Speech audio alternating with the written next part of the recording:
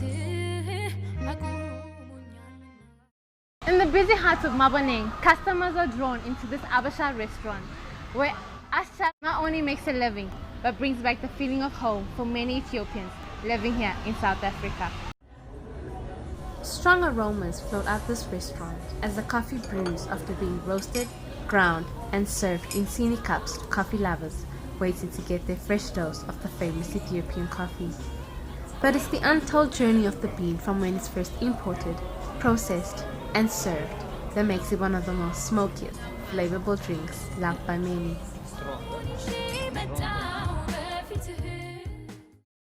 Well known and praised for the fresh brews she produces, Ashcha Melissa has been able to make a living from sharing her Ethiopian heritage. But the most important element to this cultural ceremony is not the beautiful Ethiopian attire worn or the historical paintings on the wall, but it's the unprocessed coffee beans directly imported from Ethiopia. Popular Ethiopian importer Abai Abebe makes it possible for Ethiopians and coffee lovers to get their hands on different fresh coffee beans imported straight from the coast forests of Ethiopia.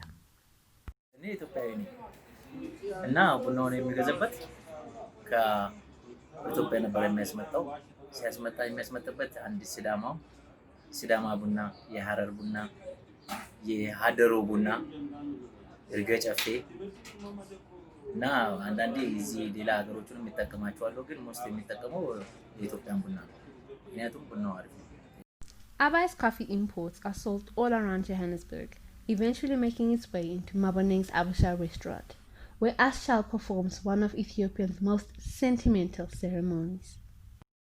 In performing this social occasion, this is what Ashchal had to say. We're starting from green Ethiopian beans. After we buy it, we're washing it with hot water nicely until it gets green and clean.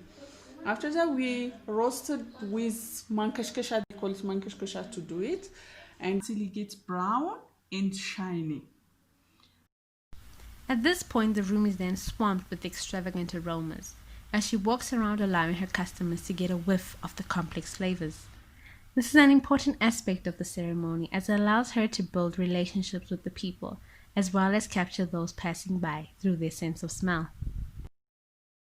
After leaving the beans to cool down for a few minutes in an Ethiopian traditional dish, she then places them in a small electrical grinder, which speeds up the grinding process.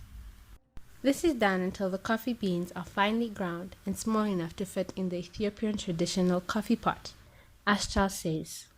We put our jabana in the fire with cold water and then we put the coffee inside because the coffee must boil together with the water.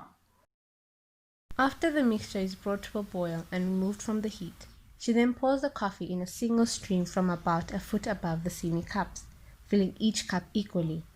This technique prevents the coarse grounds from ending up in the coffee cups. Accompanied with bunna kos, which is used to refer to bread, popcorn, and biscuits, the coffee is placed on trays and ready to be served to the anticipating customers. Many coffee lovers are satisfied from just one coffee cup, but most Ethiopians make sure to sit for the full 3-round servings. The first round, which is the strongest, is called abo. This is followed with the second round called hulatenya, which is completed after adding more hot water to the grounds in the jabana. By the third round, which is called sostenya, everyone is satisfied with Ashchal's brews and the social gatherings that take place in the restaurant. The Ethiopian coffee ceremony is one of the most important social occasions in the Ethiopian culture, bringing together friends, family, and neighbors. On a 4,208-kilometer journey, the coffee travels from the coast forests of Ethiopia to the concrete jungle of Maboneng. Care for a sip?